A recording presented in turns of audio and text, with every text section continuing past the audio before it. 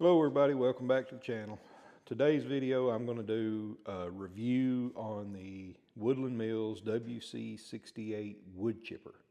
This is a PTO powered 3-point hitch mounted chipper for a tractor.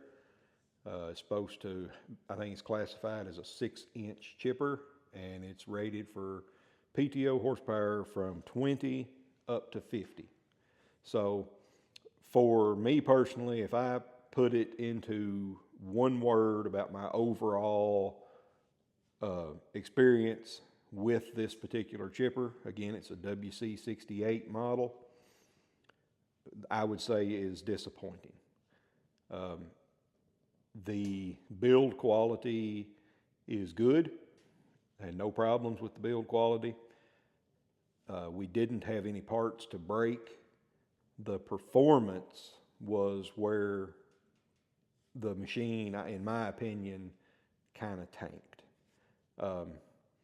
So if you want to, I've got some footage of me using it. I'm going to get to that just in a minute. Again, I encourage anybody to stay that that wants to get the more in-depth thing, but just my review right up front for the people that just want the quick assessment. I was disappointed. This is the WC68 model. We just picked it up used. I think it's got 4 or 5 hours on it. And it's been sitting in a barn, and the birds have been roosting in the rafters, so it looks kind of bad right now. We haven't washed it off or anything because it's 13 degrees outside, but we're getting ready to, like I said, throw this thing in gear and clean up some of this storm damage we got here. So I got a bunch of pine limbs here down, and then we've got all this over here, and then we've got a bunch that those pines up there in the distance at that fence row, there's a lot of those that are laying down as well. So we're gonna kick this thing in gear and see how it takes some of these limbs. Now I had to, this thing has a feed control right here. So if you pull it back, that's feeding material into the machine. If you push it forward one click, it goes into neutral, and then forward all the way, and it puts the feed in reverse. And now I'm going to adjust the variable control right here for how fast it feeds. We'll set it kind of midway here, and we'll see how it goes. All right, I'm going to voice this next couple of clips over so you can see Henry struggling with this branch here, and this is not a large branch at all. It's maybe 1.5 inches diameter, and I want to remind you now, this is a 6-inch capacity chipper with a power in-feed roller.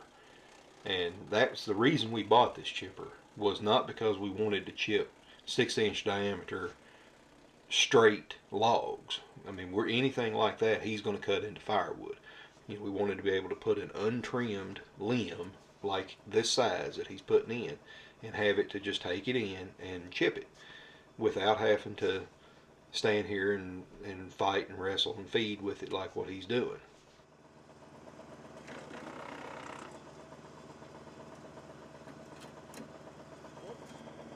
Okay, now this next limb that he's getting ready to put in is about a 3.5, 4-inch diameter. So I don't hold this limb not feeding straight in against the chipper. That would have been impressive to me if it had fed that one in. Now it's important to note here that we're not basing this review off of the 3 limbs that you've seen us put through the chipper in this video. We chipped these entire 2 piles that I showed you earlier, plus some other piles. When we finished, the bed of this dump trailer was probably half full of chips. So we gave the chipper a pretty good workout.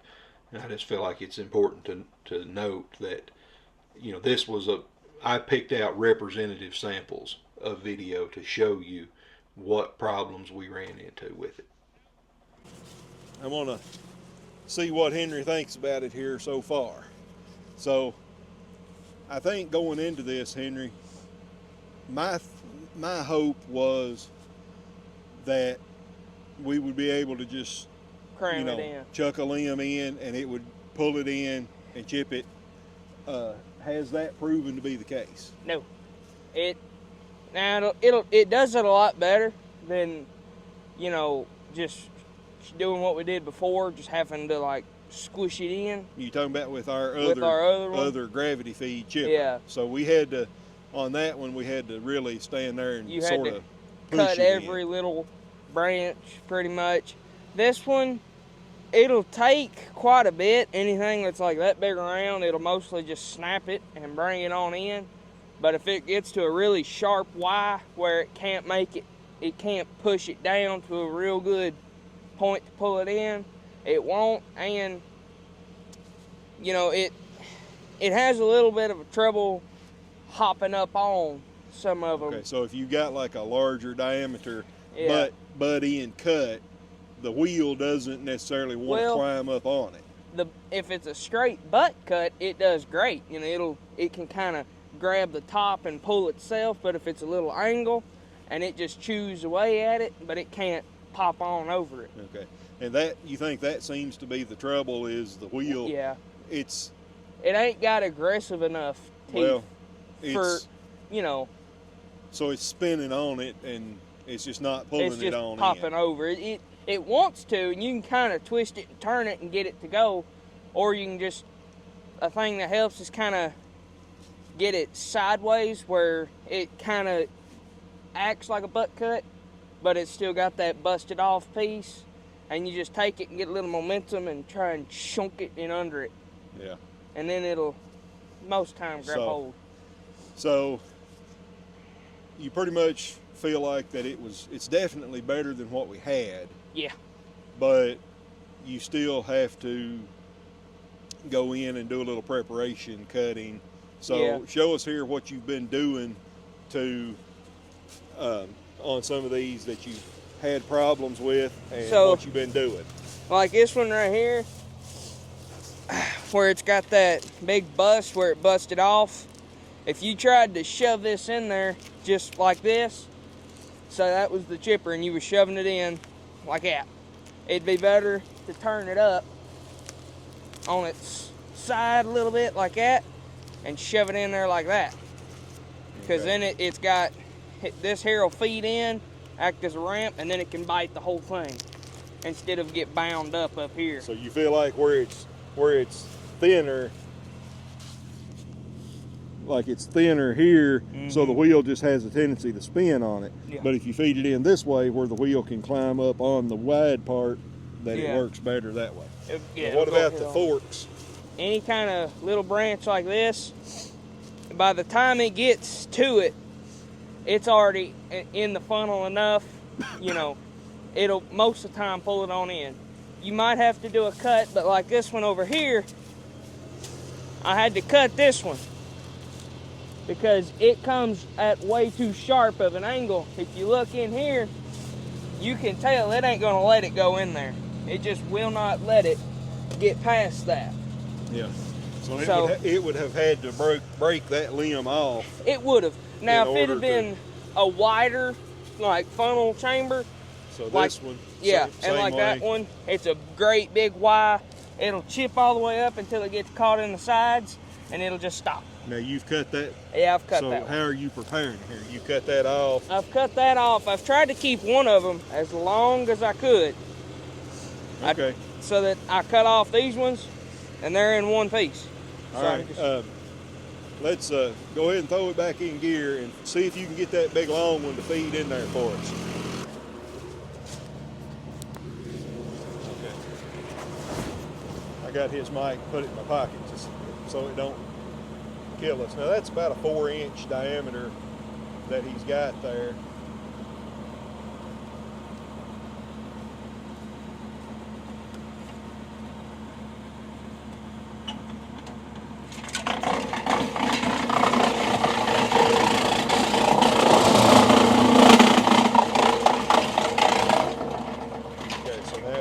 Stops and the wheel is spinning. but you can reverse it.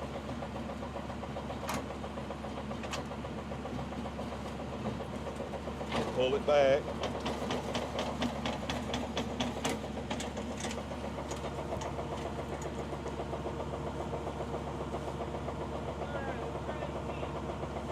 Just going to try to get a better angle on it. Stick it in again.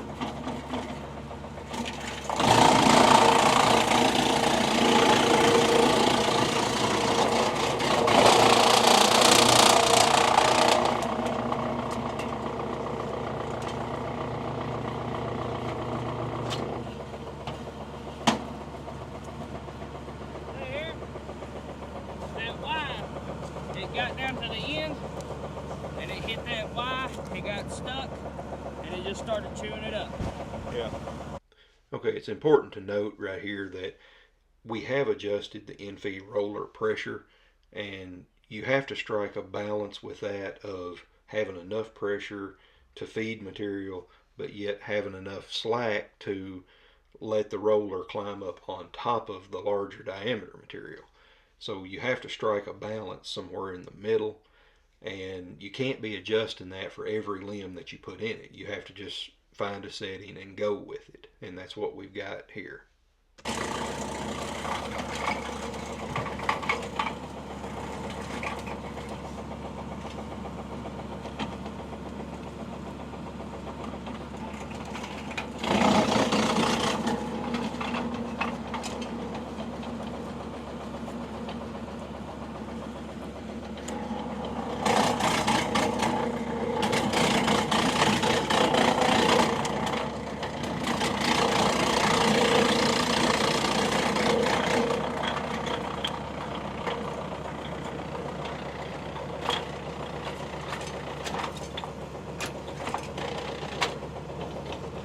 Here again, kind of ran into the same problem.